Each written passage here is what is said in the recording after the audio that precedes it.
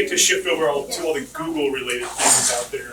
Just a little background about our company, WebMo. We're a local digital marketing agency here in Tucson. We're what's considered a Google partner company. I always kind of like to mention that, and a little bit about our approach and our methodology to all things digital marketing, because it's quite a bit different. It's interesting when I present with Shawn and MJ, because we're sort of two sides of the same coin. Our backgrounds, the founders, are engineers and IT guys, and really into the math and the science and the sort of the mechanics of all the stuff going on behind the scenes. And as it turns out, that's kind of one of the things you kind of need to get your head around to be really effective when it comes to a lot of these concepts, whether it be Google or social media or whatever you're doing. We have this sort of philosophy of testing that Shawn alluded to, that, kind of, and I'll mention this later, it's the idea that there are no expert marketers, only experienced marketers and expert testers. And that's the mentality you want to sort of take forward. The idea that you can try things with small budgets, follow the data, watch what happens, and then decide whether or not you want to kind of pursue that or maybe shift over to something else. Marketing is marketing. Some things are going to work, some things are going to fail.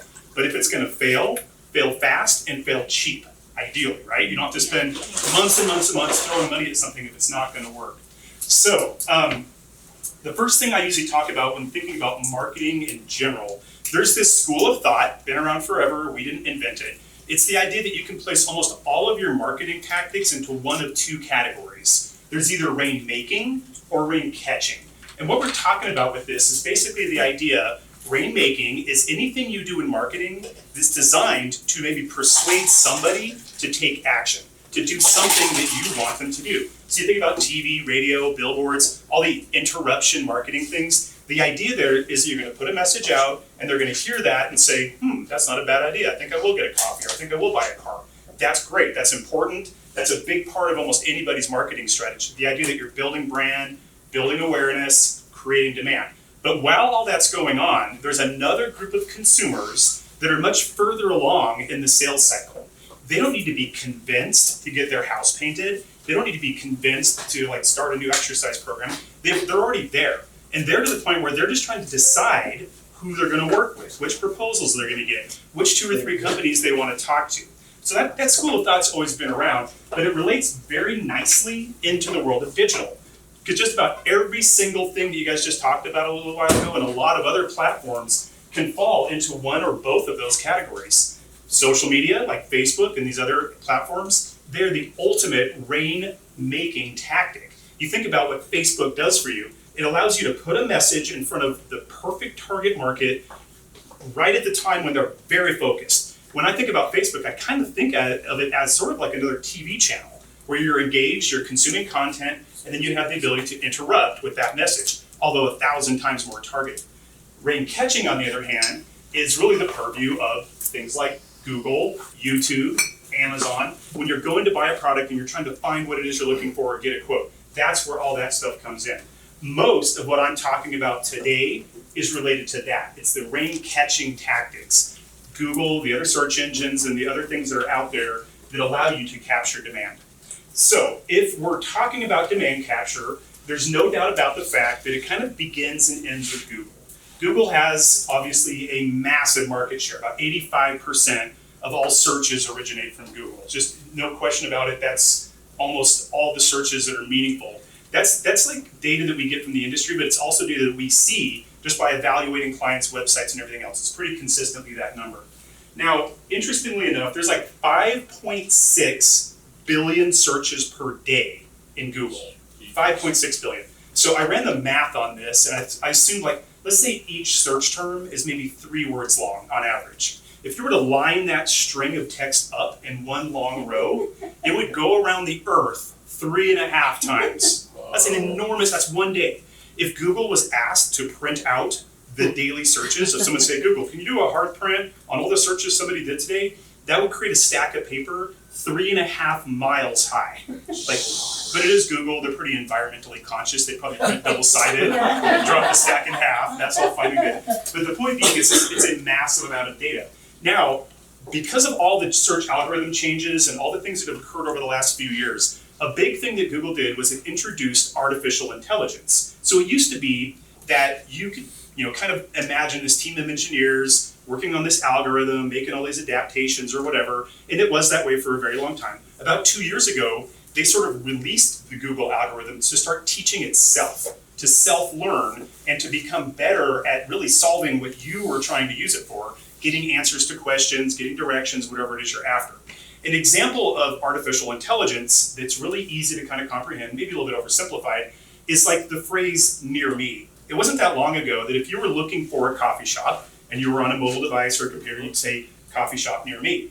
When's the last time you typed near me? You don't need to do that anymore. Google knows you mean near me. If you type coffee shop on your mobile device or computer right here, almost guaranteed you're only going to see stuff that's in this area because Google's learned that's what you're after.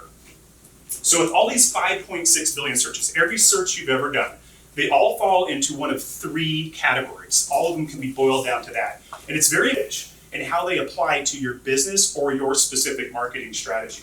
Number 1 is what's called a navigational search. This is anytime you go onto the search algorithm and you kind of know what you're looking for, you're just trying to find your way there. You're trying to navigate through the web. Could be you're looking for a business, could be you're looking for a name, a product, a movie, a recipe. You're just trying to find your way through there and get to where you're at. For a business, a navigational search on your brand is supposed to look like this. Your URL and maybe more information over here, and what's called the Google corporate info panel off to the side. And I'm going to come back to this because it's sort of an important point. The second kind of search that people do is what's called informational. An informational search is anytime you're just using the internet and you're just looking to figure something out, answer a question, learn more about something. Google can tell just by the subtle change of words and phrases that the search you're doing is informational. When it sees that, it displays results very differently. You see info panel, and then you see these frequently asked questions that come up right below. So that may or may not be something that you could, kind of use as part of your strategy as a business owner. If you have a very informational type of product, it's possible that you could start showing up on searches like that. However, the kind of searches that most people in rooms like this care about more than anything else are transactional. A transactional search can be either for a product or a service, and the service could be local or it could be national. So they kind of all divide out that way. Now here's the interesting thing about this. All these search terms, this is a pretty big screen, but you still might not be able to read this. The word video production or video productions is the exact same in every single one of these. Video productions for you and with company. Video production cost, that's an information seeker. They're not looking to transact business or to hire anybody. They're just trying to learn more. Video production software, that's a product. They're not looking for a person, they're looking for a thing. Video production Phoenix, that's a geo indicator, meaning that they're trying to engage the services of a local company, probably. Video production wholesale, that implies more of a national search. So each and every one of those, just with changing one word at the end, not only do the results display differently, they're just completely different. Google changes the entire format, the way everything's laid out. So just a basic understanding of that is kind of the first step as a business owner to kind of really understand what the goal is. For most of you, unless you're selling a product, for most of you it's that. It's the idea of showing up in the local market to get more people finding your business, your service, what it is you're offering on the local level. So the first thing we always kind of have to decide is this. For your organic, Google strategy, trying to get more traffic from Google, have people find you more often, are you after local or national? Kind of a fork in the road there.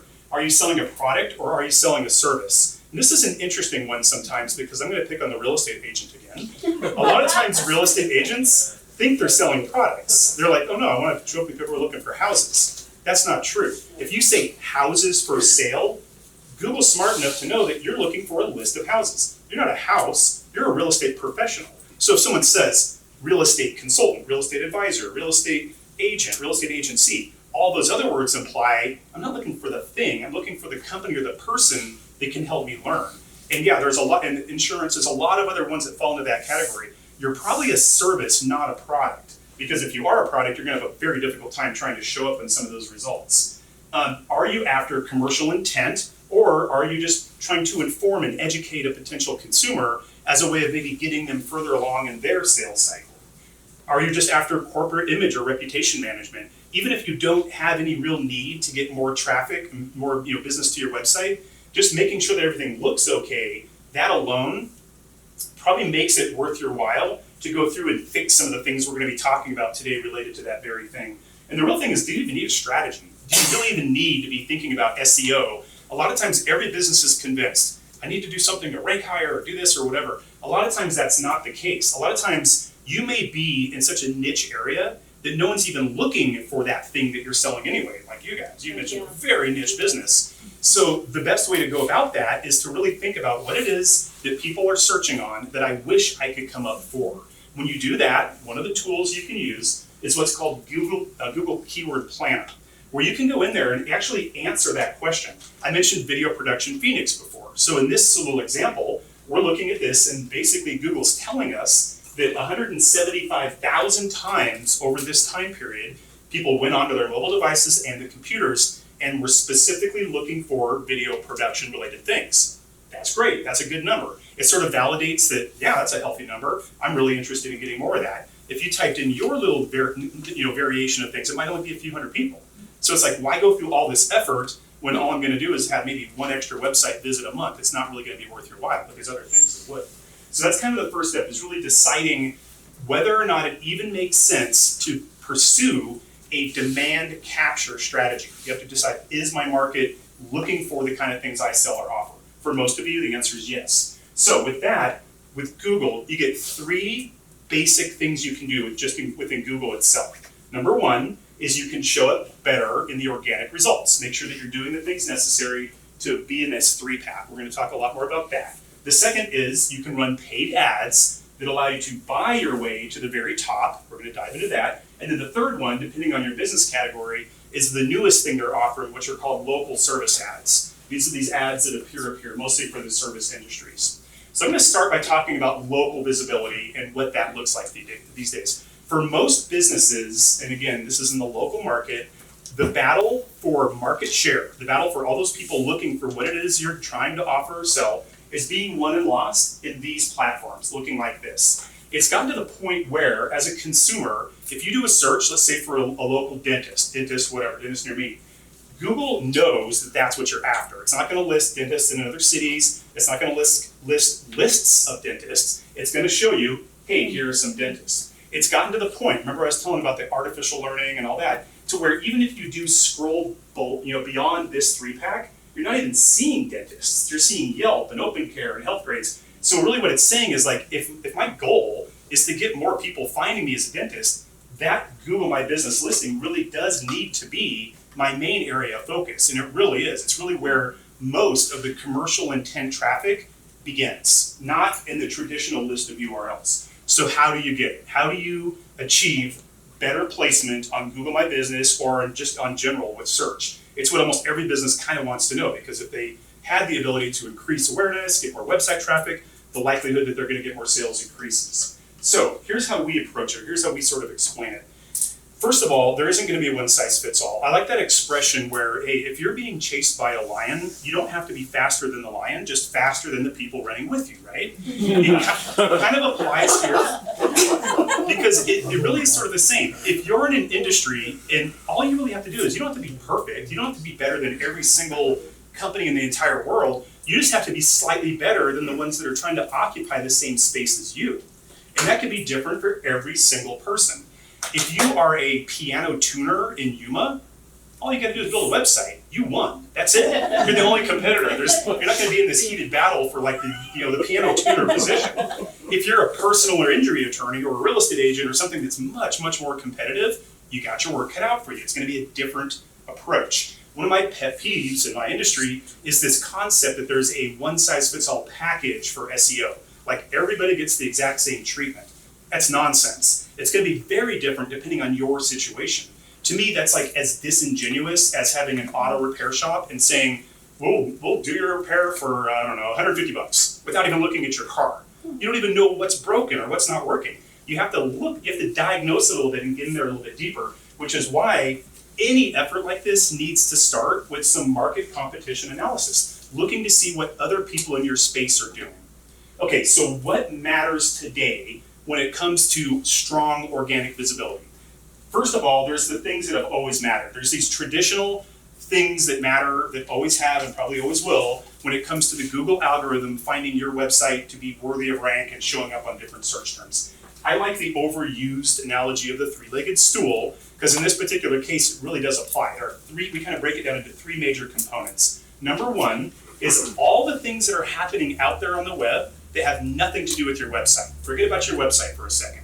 All the other stuff, your social media pages, people reviewing you, which we'll talk about more, people searching on your brand, actually typing your brand name, which kind of supports the idea of doing traditional marketing, PR, backlinking, and mentions in like different on different websites. A backlink, for instance, is if you've got, let's say, we're working together with professional bartenders, and we put a link on our website saying, you guys should, our clients, you should use this. I just created a backlink going from my website to his. The more of those you have, the more Google looks at your site as being high authority, because it's almost like a popularity contest. Lots of other references out there pointing back to your site. Directories, all the business listings that exist out there, Google uses that information to kind of validate that you're legitimate. This is your business name, this is your address, this is your phone number. The more of that that's out there and the more consistent it is, the better Google's gonna kind of, decide that you're rankable. So all that stuff matters, and I could go on for an entire hour just about that topic. So that's leg number one. You gotta have that stuff in order. If there's no references out there to your site in the rest of the whole entire web, it's unlikely that Google's gonna trust or have any reason to believe that your site has any legitimacy, right? So the second thing is, of course, the website itself. If you're trying to show up on a specific search term, you should be talking about that on your website. So content, quality, relevance, and quantity all come into play. If you're a plumber and you're wondering why I'm not getting anybody finding my website when people are typing hot water, heater, cooler, whatever repair, you might want to make sure that you're actually mentioning that on your page. Google has to see content that it can match up with all these other things you've done off page. So, content's always a bugger, because people are like, uh-oh, he's gonna talk about blogging, here we go, you have to be blogging all the time. Maybe not. Blogging is only one thing you could do to provide extra content. In fact, we've kind of moved away from blogging as being probably the primary way that you should be creating ongoing content. And here's the reason why. It has to do with user experience. When people go to your website, Google can see kind of how they're behaving. If someone sticks around your website and they're lingering there and they're clicking on stuff and they're coming back the next day, that's a sign of high visitor engagement. Google kind of looks at that and gives itself a pat on the back and says, wow, I probably should have been sending that traffic there, that's great. But if the opposite occurs, if people go to your website and they just leave right away, that's probably a sign to Google that it maybe should not be sending traffic there, because it's obviously not really providing a very good answer. So if you're in need of more content, let's say you've got a site and you just need to have more and more words on it, rather than creating a blog, consider creating an FAQ page. Here's the big difference. Either way, you're providing fresh content on there. But as a user, when's the last time you purposefully read somebody's blog, right? You go to their website, maybe don't. No offense to the bloggers back there. She said she was blogging just now. People are gonna read yours, I guarantee you. Your blog's awesome. But yeah, it's not as likely as compared to going to somebody's website and seeing an FAQ section. People pore over those. I mean, hey, what if somebody asked the question I was asking? What about this? What about that? People actually spend time and really linger over that content. So you're sort of checking off two boxes. You're creating original content and you're doing it in a way that's highly engaging, that people will actually stick around and read. So yeah, user experience, keyword focus, all those on-page things matter. So the third leg, and why I categorize this stuff into a completely different categories, because it's almost always the thing that's keeping you from getting more visibility, are all the technical factors. I've seen it too many times. We've got clients that have great websites, beautiful websites, really strong off-page things, social media campaigns going on and on and on, but yet something's wrong, because for whatever reason, their website will just not show up very highly in rank. Something's just out of whack. That's almost always the case. It can happen for any number of reasons. There's literally hundreds of things that can be broken or out of sorts that'll keep your website from showing up as often as it really should. There's some that are extreme. My least favorite example, we had a client come to us that was an accountant and she'd be doing great. She was always getting lots of website traffic. And then one day it just fell off, just nothing. So that went on for a few months and we started looking at it and we're like, well, you got a huge problem here. Her website developer went into the website and checked the box that said, do not find my site on Google. That's a serious technical issue. But for every one of those, there's like hundreds of other little ones that almost have the same cumulative effect. When you title these things together, when people like upgrade their website, if that's mismanaged and you leave behind like really important ranking pages, if you have slow site performance, if you have issues with mobile access, if it's not working well enough on mobile, this issue of conicalization that happens where technically you actually have two websites because www isn't the same as the non-www. They don't like resolve together. There's hundreds of things like that. Almost every single time we start working with a client, our first month or two is really just fixing everything. Because you might think like, hey, how come I'm not showing up in the first 10 pages? There could be a pretty easy reason for that. So before thinking, I need more backlinks, I need more this, I need more content, first thing, fix all those broken things. Then take a breath and see where Google ranks you now. Now that all that stuff's in order, you might be better than you thought you were. So that's kind of the fundamental stuff that applies to SEO across any category, whether it's national, local, or whatever. For local, the next big part of that is your Google My Business listing. Now, as a company, as an agency, we happen to be the only agency in the entire state of Arizona that Google has authorized and certified to teach this very thing. So you guys are really lucky today, aren't you? Yeah, we do this a lot because this is really our specialty. So this stuff is almost off most people's radar in terms of what you should be doing on this platform. So first of all, your Google My Business listing is a free thing that literally every business gets, almost whether you like it or not. A lot of times they're auto-created. If you don't have one, you can go to that URL and create one. It's kind of like your ticket to get in the door. Without a business listing, it's almost impossible to show up on local search. It needs that platform to be functioning and working properly in order to show up. So as you go in there, you have to go through the basic things. You got to claim and verify it. Your name formatting needs to be correct. You can't try to trick the system. Like I could have said, Tucson Digital Marketing, whatever. You have to use your actual business name. Don't try to do what's called keyword stuffing and trick it by using some other name there. You need a physical address to associate with, but you don't have to list the address. A lot of you guys have service-based businesses. You can hide the address so that it doesn't show up to the rest of the world and still have a business and just designate a service area. You need to have a phone that is hopefully a permanent phone, not a tracking number that's gonna like go away at some point if you stop paying for it. It could be a cell phone, a landline, a business number, or whatever. Your URL that you use, the actual website address, needs to be what's called your final destination URL. A lot of people use vanity URLs. I'll go back to the real estate example because it's pretty common. I could have a URL that says briansellstucson.com, but when you click on it, it goes to realty executives, blah, blah, blah, this whole other thing. That final landing destination is what you need to be putting in here, just to avoid all those bouncing around things. And then you have to pick your category. And you can pick multiple categories, but your primary one is probably the most important one you're going to select. Now, once you're in there, you have a wealth of information and literally dozens and dozens of things that you can be doing to enhance the listing and increase the likelihood of not only showing up more favorably on search, but increasing the likelihood of somebody engaging, like clicking on yours and going in there. Yeah. Sorry, could you rewind just for a minute on that? How do you hide your address? Within these settings, after you create the thing, there's all the things right here. It's actually pretty intuitive going through here, just finding the setting to either display or hide that. I don't have the exact screen in front of me, but hey, I just noticed Kyle walked in the room. He's our one of our account managers. He can actually write down step by step exactly how to do it. But yeah, it's a pretty common thing to be able to do. And if you've been in this dashboard before? No. Once you go in here, you'll find it shockingly simple to use. It's pretty intuitive and going through there and changing all the settings. Now, there's tons of data that support the idea that being more active in this space and doing a lot of things increases the likelihood of a lot of things happening, showing up more often and people engaging with you. Data shows that using more photos in this platform increases the likelihood of your listing showing up. We're sort of still debating whether that's sort of anecdotal, cause or effect or whatever, because it also turns out that people that do a lot of photos are also pretty actively marketing in other ways. But hey, it's easy enough to do, load it up. Google Posts are a really critical part of this. Google Posts are these little basically free advertisements and promotions and things like that you can post right on your page. You can do almost anything there, announcements, events, products, business information, offers. You want to keep that area populated and if possible have at least something going on at any given time. Your event schedule section where you can show people things you have going on. This section here, this whole question and answer section, allows you to answer people's questions and even kind of stack the deck a little bit and ask a few and then answer them yourself.